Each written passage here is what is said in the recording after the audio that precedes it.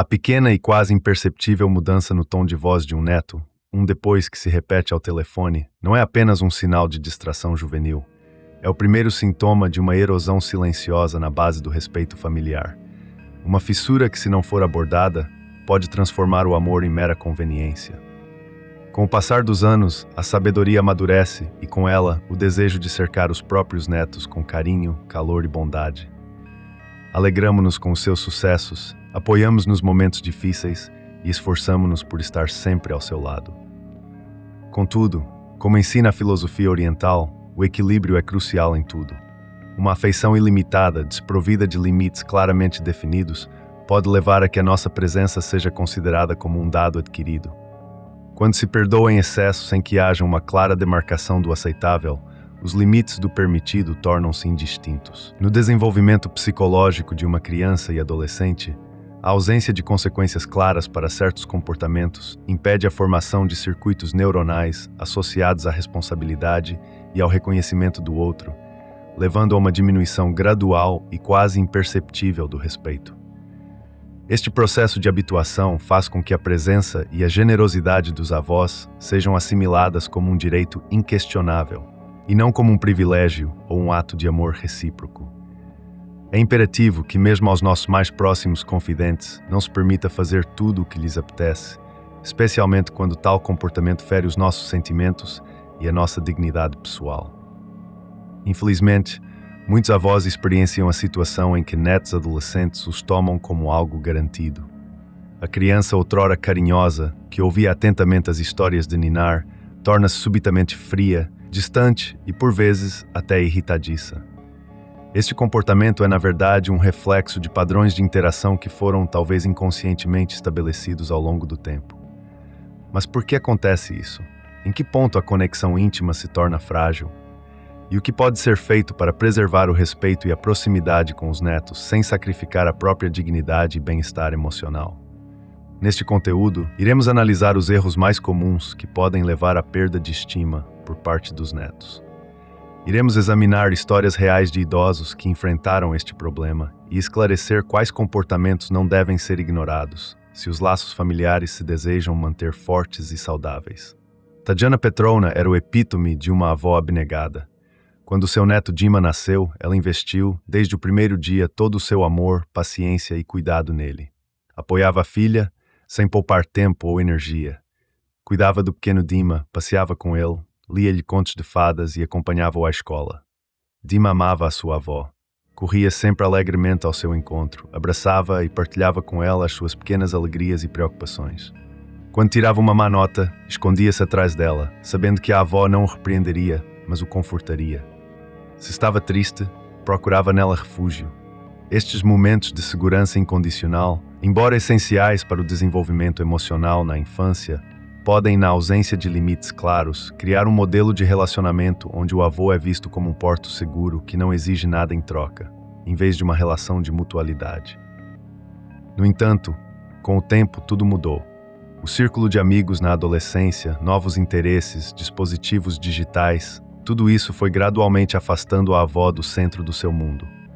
Ela continuou a tentar estar presente para ele, mas notava cada vez com maior frequência que a sua presença se tinha tornado secundária para o neto. Primeiro, ele simplesmente a visitava com menos frequência. Depois, as suas respostas ao telefone tornaram-se curtas e relutantes. Um dia, quando Tatiana Petrovna visitou a filha, Dima nem sequer levantou a cabeça do telemóvel e apenas murmurou um seco "Olá". Na altura, ela não deu grande importância, pensando que o rapaz estava apenas cansado. Contudo, na próxima chamada, ouviu um irritado: "Ah, avó, não tenho tempo. Mais tarde." Este mais tarde repetiu-se. Do ponto de vista da neurociência, a repetição de um comportamento de desconsideração, sem que haja uma intervenção corretiva, reforça as vias neurais associadas à atitude no cérebro do neto, tornando-a uma resposta automática e inconsciente, um hábito. Quando finalmente se encontraram, Dima já não era o menino carinhoso que ela outrora abraçara. Falava friamente, de forma distante, por vezes com evidente desagrado. O momento mais doloroso para Tatiana Petrovna, contudo, ocorreu no aniversário da filha. À mesa da festa, ela quis, por velho hábito, oferecer ao neto um prato com as suas almôndegas favoritas. Mas a resposta foi um irritado: Avó, deixa estar, eu pego sozinho. Todos riram, mas ela sentiu que algo se partira dentro dela. Naquele instante, percebeu que para o neto, se tinha tornado uma pessoa que podia ser ignorada. Ela sorriu como sempre e não deixou transparecer nada, mas ao chegar a casa foi dominada por uma sensação de vazio. Esta experiência ativa o sistema de dor social no cérebro, semelhante à dor física, devido à percepção de exclusão e desvalorização. Primeiro ela justificou o comportamento dele, a idade e outras preocupações, mas depois veio a compreensão, não era uma questão de idade. Era um hábito, o hábito de não mostrar respeito porque ninguém lhe tinha ensinado. Muitos avós conhecem esta realidade. Eles suportam, justificam e esperam por melhorias. No entanto, a verdade é que se os limites não forem estabelecidos precocemente, mais tarde será tarde demais. É claro que as crianças crescem e mudam, mas o respeito não é uma questão de idade, mas de educação. Ele é moldado na infância, através da observação e da interação social. Se uma criança não aprende desde o início a respeitar os mais velhos, não o fará também como adulto. A plasticidade cerebral é maior na infância, tornando a aprendizagem de normas sociais mais eficaz nesse período. Portanto, se o seu neto lhe responder um dia de forma irritadiça, mesmo que pareça casual, não se cale. Explique com calma, mas com firmeza que não se fala consigo dessa maneira. Esta intervenção pragmática estabelece um limite claro. Do ponto de vista psicológico, a comunicação assertiva impede a formação de um padrão de reforço intermitente que poderia perpetuar o comportamento desrespeitoso.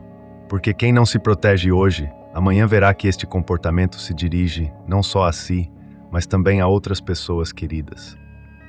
Contra aqueles que o amam verdadeiramente e estão lá para ele. Mas não é apenas a grosseria ou a indiferença que podem destruir a relação entre gerações. Existem situações em que os netos começam a usar o amor e o cuidado da avó para os seus próprios fins, sem reconhecer que estão a transformar numa ferramenta conveniente. A manipulação é outro problema sério que os idosos enfrentam. Se não for detetada a tempo, as consequências podem ser igualmente devastadoras, afetando profundamente a estrutura emocional e social da relação. Maria Semjonovna foi, durante toda a vida, uma avó bondosa e carinhosa. Vivia sozinha, mas nunca se sentiu solitária, pois a sua neta Kátia estava sempre por perto. Kátia sabia desde criança como conseguir o que queria. Reconheceu rapidamente que a avó era a pessoa mais indulgente da sua vida e aprendeu a tirar partido disso. Quando a mãe recusava um brinquedo, Kátia ia ter com a avó com os olhos tristes e dizia: "Por favor, avó, a mãe simplesmente não entende o quanto isto é importante para mim." Maria Semjonovna não conseguia resistir. Afinal, era a sua neta, a sua alegria, o seu sentido de vida. Primeiro eram brinquedos, depois roupas caras, finalmente dinheiro para encontros com amigas. Kátia não fazia nada de mal, apenas sabia que palavras escolher para obter o que queria. A avó desconfiava que a neta estava a enganá-la, mas continuava a ajudar. Afinal, eram apenas pequenos pedidos, nada de grave. Este ciclo de manipulação ativa os centros de recompensa no cérebro do neto, reforçando o comportamento manipulador, enquanto que para a avó, a incapacidade de dizer não é muitas vezes impulsionada pela necessidade de se sentir útil e amada, criando uma dinâmica disfuncional. No entanto, um dia Maria Semjonovna ouviu casualmente uma conversa telefônica de Kátia. "Não te preocupes, vou buscar o dinheiro à avó. Ela dá-me de qualquer maneira se eu choramingar um pouco", disse a neta sem um pingo de dúvida. Estas palavras atingiram a avó como uma facada. Verificou-se que durante todo o tempo não tinha havido sinceridade nem gratidão, mas apenas um cálculo frio. Ela ponderou muito se deveria dizer algo. Talvez a neta não tivesse má intenção, talvez fosse apenas leviandade juvenil. Mas naquele dia ela decidiu pôr um ponto final. A decisão de Maria Semjonovna demonstra a ativação do córtex pré-frontal, responsável pelo controle inibitório e pela tomada de decisões racionais, sobrepondo-se à resposta emocional de querer agradar. Quando Kátia, da próxima vez, pediu dinheiro, Maria Semjonovna não o deu imediatamente. "Kátia, vamos conversar. Tu pedes-me muitas vezes coisas, mas eu quero que saibas, a ajuda não é uma obrigação, mas uma decisão", disse a avó calmamente. Kátia riu primeiro, depois ficou envergonhada e finalmente bufou irritada. "Ah, avó, vá lá, eu só perguntei." Mas Maria Semjonovna manteve-se firme. "Vou sempre ajudar-te porque te amo, Mas amor não significa que um só receba e o outro só dê. Kátia saiu irritada e a avó ficou com pensamentos amargos. Esta postura assertiva, embora dolorosa no curto prazo, é fundamental para redefinir os parâmetros da relação e promover uma comunicação mais autêntica. Muitos idosos vivenciam um tratamento semelhante, mas temem dizer não para não magoar os netos. Contudo, se a manipulação não for travada a tempo, ela torna-se um hábito, e os hábitos formam o caráter. Uma criança que aprendeu a manipular transportará este comportamento para a vida adulta. Procurará pessoas fáceis de controlar e usá-las para os seus fins, estabelecendo padrões de relacionamento baseados na instrumentalização do outro. É por isso que tal comportamento não deve ser tolerado. Se sentir que o seu neto está a usar a compaixão e a dizer o que quer ouvir, mas apenas para atingir os seus próprios objetivos, não se cale. Não é preciso discutir ou ficar ofendido. Explique apenas com calma que as relações adultas se baseiam na honestidade e na reciprocidade. O amor não é um jogo de um só lado. Ele deve ser mútuo. A clareza na comunicação sobre expectativas e limites é um pilar da inteligência emocional, crucial para relações saudáveis. Mas e se o neto não apenas manipula, mas nem sequer percebe mais a avó? Se o contacto com os parentes se torna para ele algo sem compromisso, por vezes até algo supérfluo? A indiferença dos netos em relação à avó é outro problema sério que os idosos enfrentam. Se não for detetado a tempo, as consequências podem ser irreversíveis, culminando num afastamento emocional profundo. Galina Ivanovna sempre disse que os seus netos eram a sua felicidade. Ela os adorava, assava os bolos mais deliciosos, tricotava camisolas quentes e dava presentes sem ocasião. Quando seu neto mais novo, Sasha, era pequeno, ele amava a sua avó. Vinha a ela com todas as perguntas, mostrava orgulhosamente os seus trabalhos manuais da escola e contava tudo o que lhe acontecia.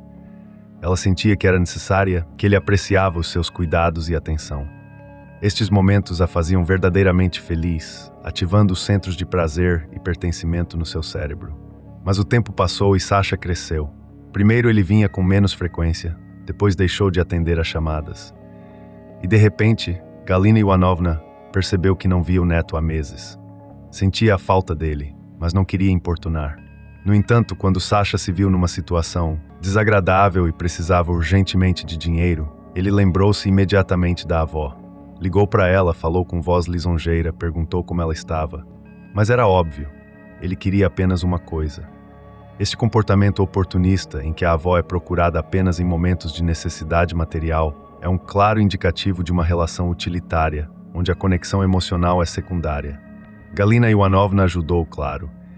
Ela não conseguia recusar nada ao neto, embora entendesse que ele só se lembrava dela por interesse próprio. No entanto, alguns dias depois, ela decidiu fazer um teste. O que aconteceria se ela não se manifestasse primeiro?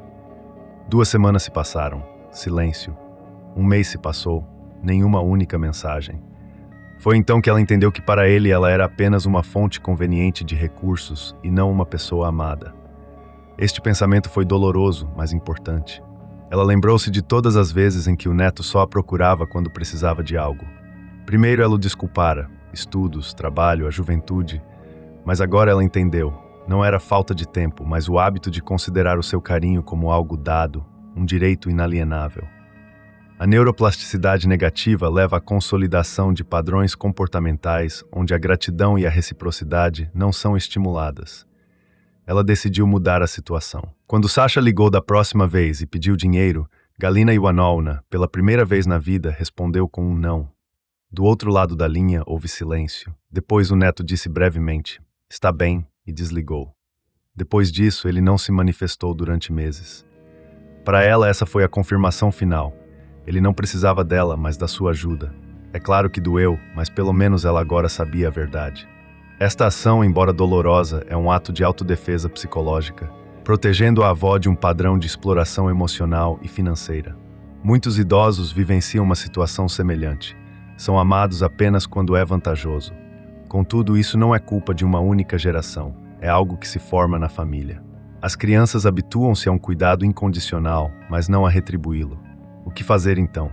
Em primeiro lugar, não ter medo de estabelecer limites. Se o seu neto só comunica consigo quando precisa de algo, tente dizer não. Uma vez e observe se ele permanece.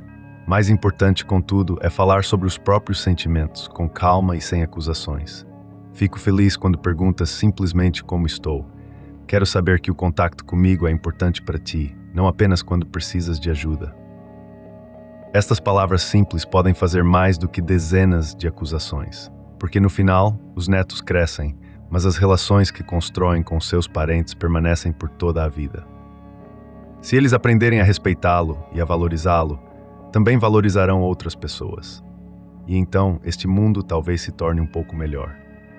A comunicação clara de necessidades emocionais é um fator chave para a construção de relações interpessoais saudáveis. Mas e se não se trata apenas de indiferença? Se os netos gradualmente perdem a conexão não apenas com a avó e o avô, mas com toda a família? Se eles não veem mais nada de significativo nos seus parentes e ignoram as tradições familiares? O desrespeito pelos valores familiares é outro problema que muitas vezes passa despercebido, mas que com o tempo pode levar a uma ruptura completa entre as gerações, fragmentando a identidade familiar. Lídia Vassiljevna foi durante toda a vida a guardiã das tradições familiares. Para ela, a família sempre esteve em primeiro lugar, e ela fazia de tudo para que os seus familiares se sentissem uma unidade. Cada ano novo, ela reunia todos os entes queridos à mesa.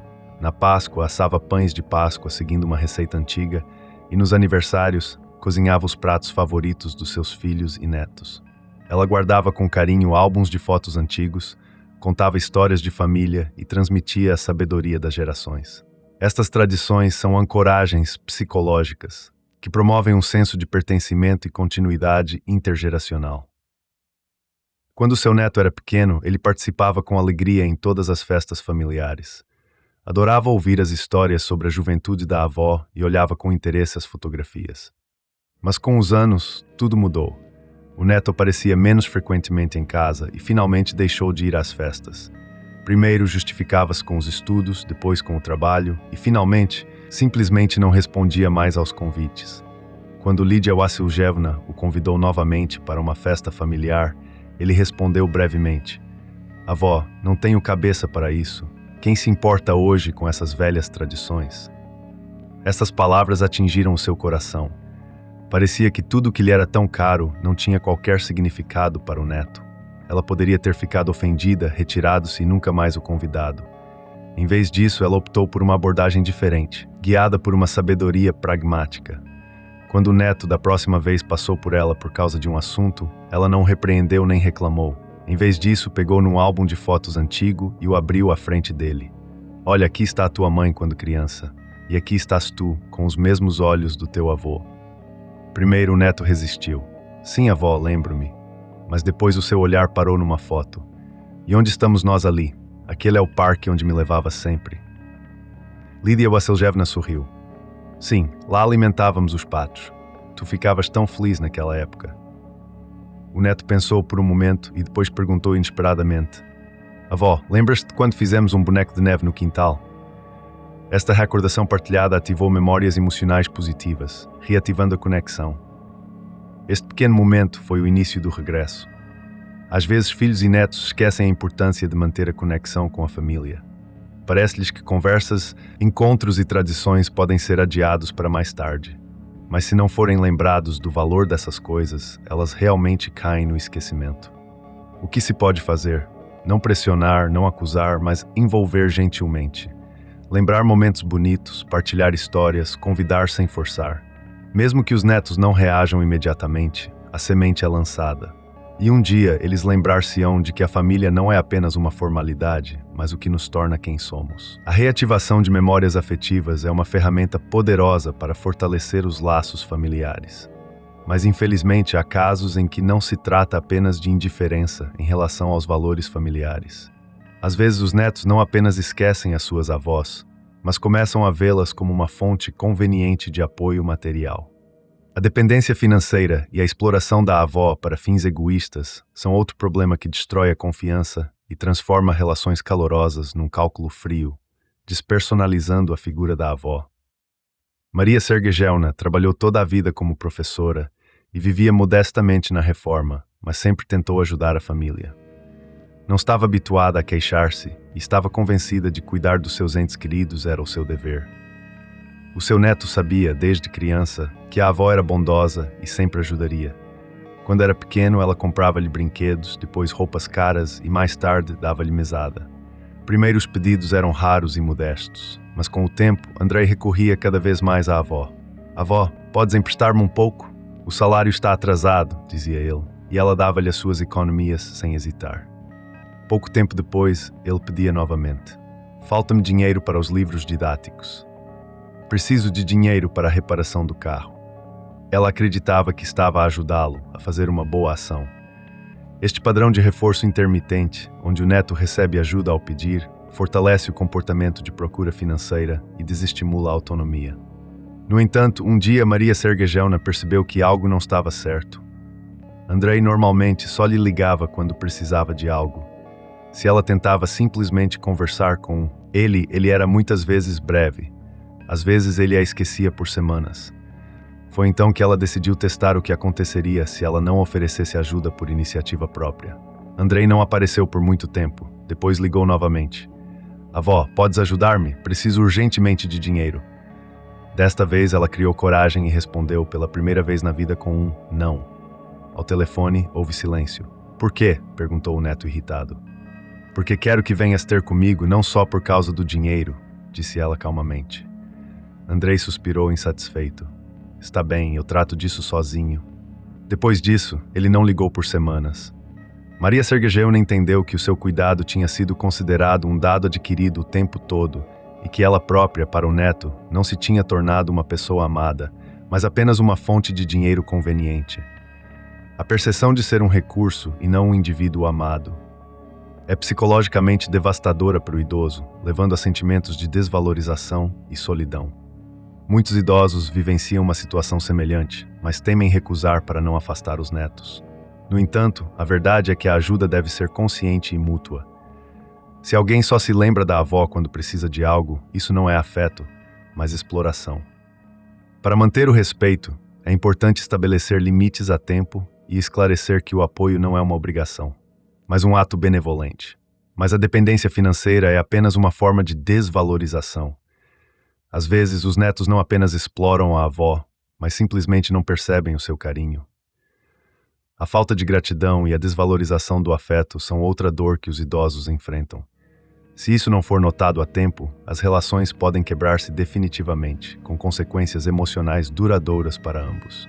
Vera Nikolajevna sempre disse que a felicidade é quando se lembram de nós. Ela não esperava muito, queria apenas ouvir palavras calorosas do seu neto, chamadas não apenas em feriados, mas simplesmente assim. Ela tinha cuidado dele desde a infância, assado bolos, tricotado meias de lã e enviado guloseimas. Para ela, isso era uma expressão de amor. Quando o neto era pequeno, ele se alegrava com o seu carinho, mas com a idade, a sua atitude começou a mudar.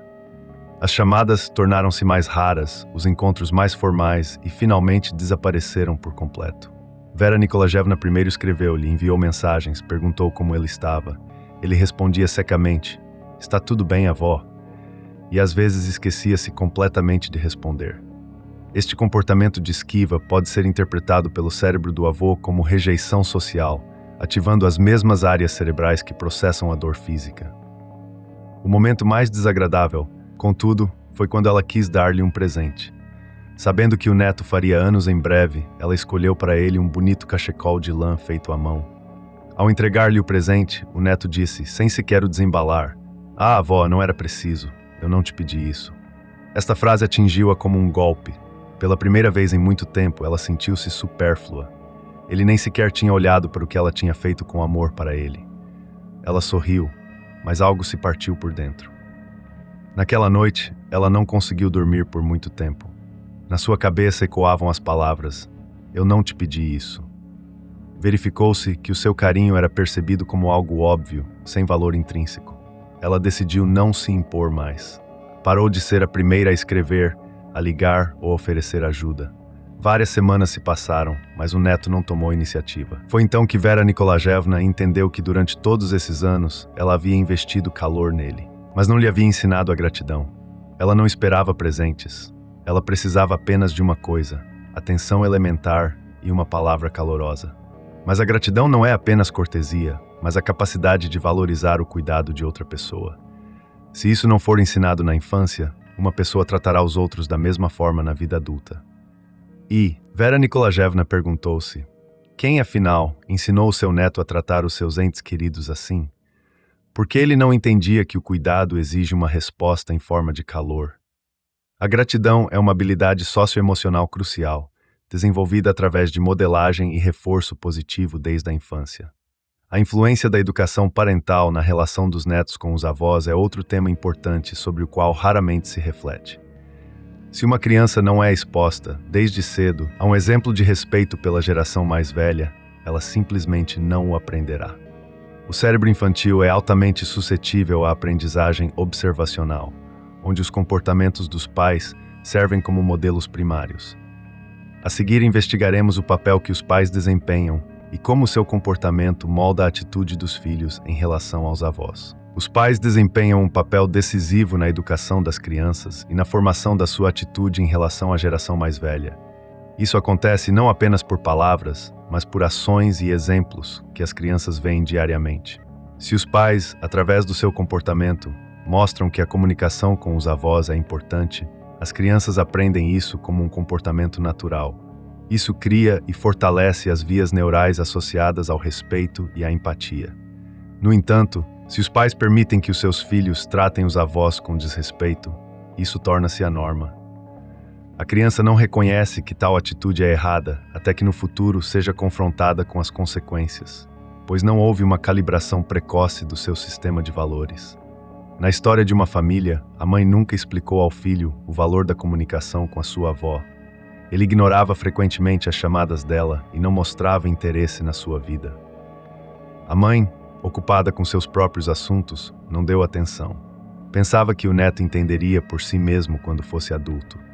Com o tempo, as relações entre neto e avó tornaram-se cada vez mais distantes. Ele parou de a visitar e as chamadas tornaram-se raras. Embora ela tivesse criado o neto com amor, não recebeu em troca o que esperava: respeito e atenção. Esta situação ilustra um fracasso na transmissão intergeracional de valores, onde a negligência na modelagem comportamental resulta na erosão do vínculo. Só quando o neto era adulto é que ele percebeu que a sua relação com a avó era diferente da dos seus colegas com os seus parentes. Mas era tarde demais. Ele habituara-se a ignorar os seus sentimentos e a não valorizar o seu carinho. A razão para este comportamento residia no facto de a sua mãe nunca lhe ter explicado a importância destas relações. Ela não lhe tinha dado um exemplo de como se comportar com os parentes. O filho aprendeu a não valorizar a avó porque ela não era importante para os seus pais. Este é um exemplo clássico de aprendizagem social negativa, onde a ausência de um modelo positivo leva à adoção de comportamentos desadaptativos. Aqui reside o problema central. Se os pais não ensinam os seus filhos a respeitar os mais velhos, isso pode levar à indiferença no futuro. O respeito é transmitido através das gerações. Os pais são um modelo a partir do qual as crianças aprendem como se comportar com os avós. Se os pais consideram que a comunicação com os idosos é sem importância, eles transmitem este modelo de comportamento aos seus filhos. E no final, essas crianças crescem com a convicção de que o cuidado e a atenção dos idosos não têm significado, perpetuando um ciclo de desvalorização. A conclusão é óbvia. A educação para o respeito deve começar pelos pais. Eles devem mostrar, através do seu comportamento, a importância de valorizar os seus entes queridos, de os respeitar e de lhes dar atenção. Só assim se pode formar um modelo saudável de relações com a geração mais velha. Quando pensamos no futuro, é importante lembrar que nós, como pais, podemos influenciar a forma como os nossos filhos tratarão os seus avós. Essa é a nossa escolha e a nossa responsabilidade. Para a tomada de decisões conscientes sobre a educação, é crucial para a formação de valores duradouros. Em suma, é crucial enfatizar que as relações com os avós não são apenas laços familiares obrigatórios, mas um valor que exige atenção, respeito e cuidado. A reverência pela geração mais velha é transmitida através das gerações, e nós, adultos, devemos ser um modelo para os nossos filhos. Não se esqueça disso no dia a dia, pois o amor dos idosos é base para na família e a nossa felicidade em comum.